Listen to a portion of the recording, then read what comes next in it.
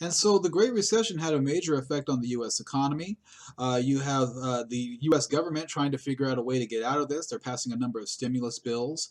And so this really took attention away from trying to pass immigration reform. All right. There would be some attempts, though. Let's talk about an example to try to bring about some type of immigration reform. The DREAM Act. Congress would try to pass the DREAM Act a number of times, and this would eventually have given permanent residency to undocumented immigrants who had came into the country before they were 16 years old, if they were planning on becoming a student at a university or joining the military. Okay, and so they could have became a permanent resident legally in the U.S. Right, and so that would have opened the doors for many individuals to become legal permanent residents here in the United States. The DREAM Act would fail to pass a number of times, 2008, 2010, and afterwards you would see a number of protests by undocumented youth who were speaking out and trying to get Congress to hear them so that they could pass the DREAM Act so that they could have a path towards citizenship. Right? They're trying to better their lives. They want to go to school and get a higher education, or maybe they're trying to join the armed services. Either way, they would be productive citizens here in the United States, right? But otherwise, they're being kept from this.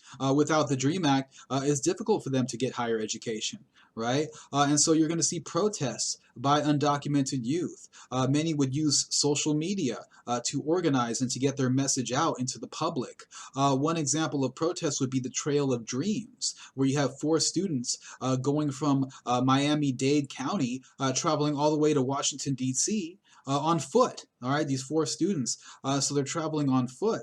And this was dangerous for them, right? Because they're undocumented and they're speaking out publicly, right? They're coming out of the shadows. And so it's possible that they could have been arrested, right? And deported, right? At least three of them who were undocumented at that time. And so they accomplished this, though. The Trail of Dreams. They went all the way from Miami to Washington, D.C., and they got their message out there, right? And so you still have individuals pushing to pass the DREAM Act, to open up a path to citizenship and permanent residency for undocumented youth. In addition to protests by undocumented youth, you'd see a number of other protests in general on the issue of immigration. And so eventually the Obama administration would listen to these protests, and they would change aspects of their immigration policy. One of these aspects was the way that they were enforcing immigration policy. And so basically, Obama had stated that he's going to shift the focus of deportations onto criminal immigrants, right? These are immigrants who had been convicted of a crime and not just the deportation of all undocumented immigrants, right? Remember, we were saying how deportations had increased to the highest levels under the Obama administration. So now Obama is going to be focusing more so on deporting criminal immigrants and not just all immigrants, right? In particular, he's going to de-emphasize the deportation of immigrants who are under the age of 16. All right, and so that's a major shift in immigration policy for the Obama administration. You're also going to see an executive order coming from President Obama, the Deferred Action for Childhood Arrivals, or DACA, in 2012. And basically, this would defer deportation or basically prosecution for illegal immigration for 2 years for immigrants who had arrived in the United States before they were 16 years old.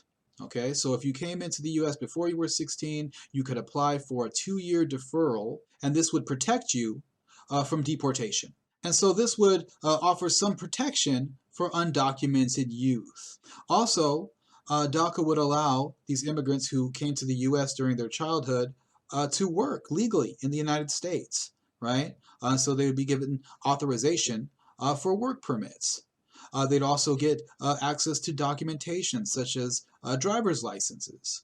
Okay, so all of this would be given under this executive order, DACA, right? And this is meant to help immigrants who came to the U.S. during their childhood and have been here for a period of time.